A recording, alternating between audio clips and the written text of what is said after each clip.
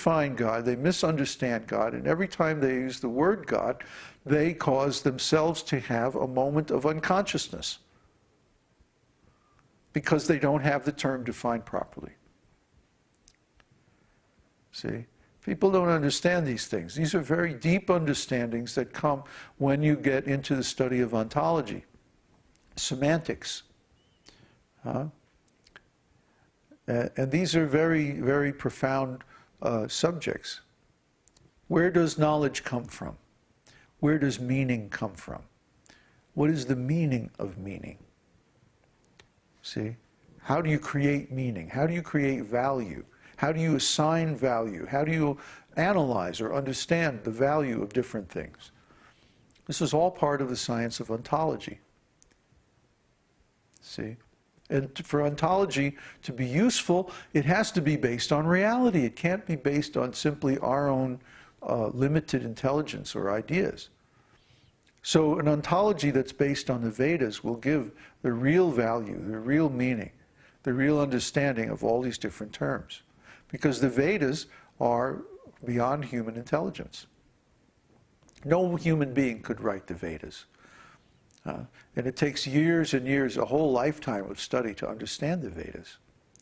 So how is it possible that any human being could write them? It takes years and years to even read them. So how is a person going to write them? There's another question?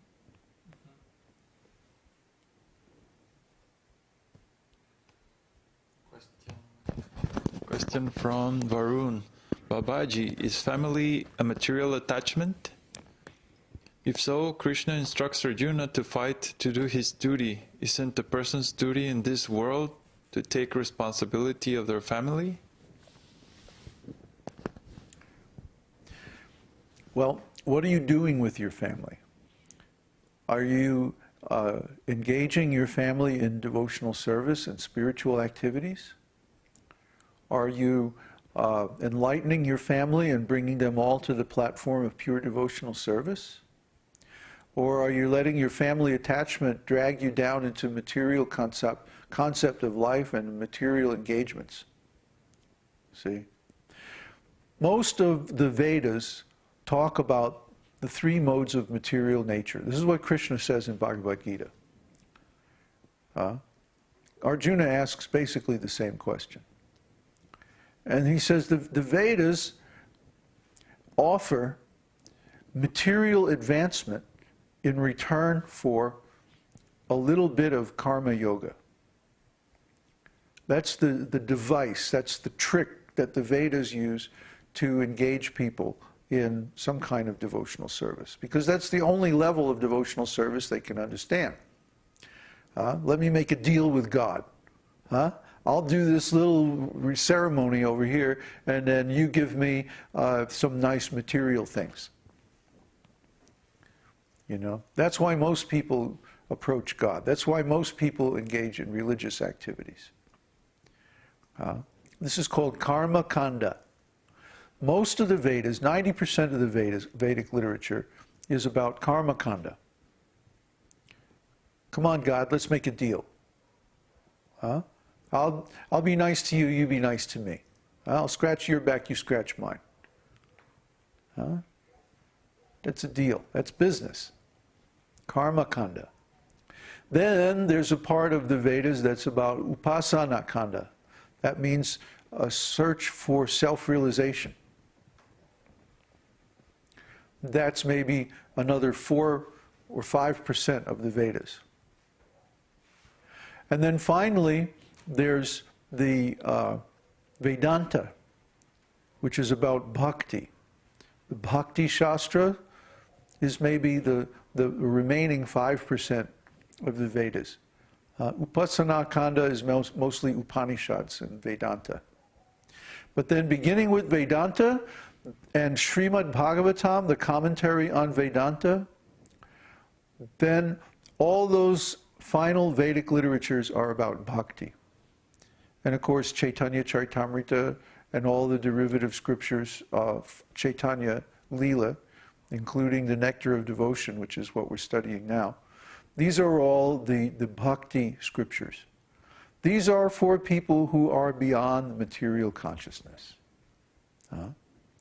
So if you really want to just get involved in family activities and religious activities that support a family life, this is a lower level of religion. This is the karma kanda.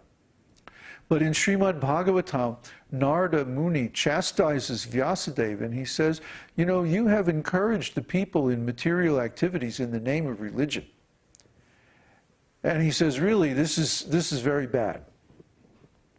This is most unreasonable and condemned, he says. Those are the exact words that he uses. Unreasonable and condemned. That you have encouraged people to engage in material activities in the name of religion, for the purpose of religion. He tricked them. He tricked them. Basically, because people have a desire for material things, then come on, perform some religious activities and get some material benefit. But that's not the real purpose of religion. The real purpose of religion is directly to know God and to love God and to do service to God so that you develop your relationship with God and you go back to the spiritual world. That's the actual purpose of Vedas. Why would Krishna or Narayana go to so much trouble to speak the Vedas if the only aim of the Vedas was to make us materially wealthy or materially enjoy or go to the heavenly planets or get mystic powers or some other material aim? If that was so, then why does Vedanta, out of the 4 sections of the Vedānta-sūtra, 2 of them are about describing bhakti and its results? Fully 50%. Why is it that the whole Śrīmad-Bhāgavatam is about bhakti? Why is it that the conclusion of Bhagavad-gītā is about bhakti? You see? If karma or jnana or yoga was the actual aim of the Vedas, then don't you think that the Vedanta would be about that? Don't you think the conclusion of Bhagavad-gītā would be about that?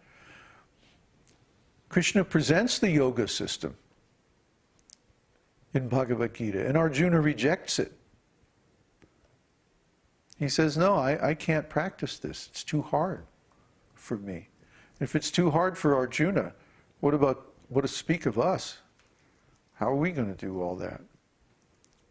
So, really, the only practical aim of spiritual life has to be bhakti. It has to be devotional service to the Lord, because it's easy. It's easy enough that we could actually do it. These other things are too difficult. In this age, they're not possible to execute properly. Nobody can go to the forest and sit on a deer skin and, just fast and go into trance and, regulate the breathing process and regulate the life airs and do all. I mean, maybe in past ages, some people could do that, but today there's no more than a handful of people maybe living in India who could actually do that. It's unrealistic to think that all those other processes are valid in this age. Only this chanting process is even practical in this age. And you can do the chanting process while engaged in family activities, but you have to create a pure atmosphere.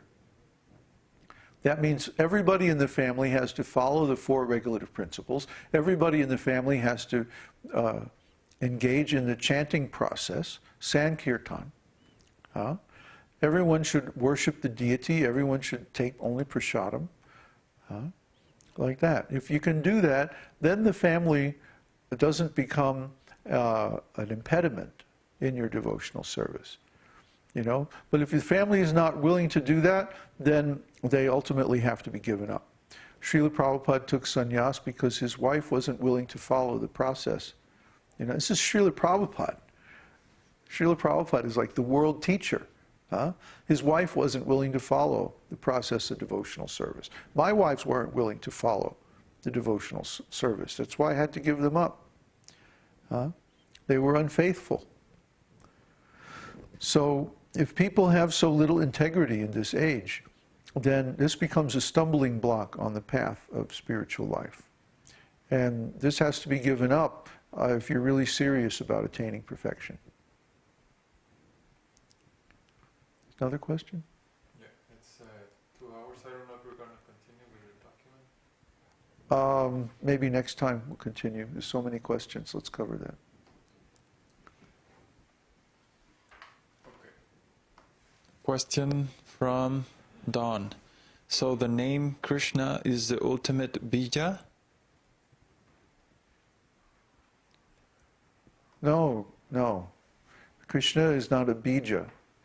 Bija means Om, Aing, Kling, Shring, Shrom,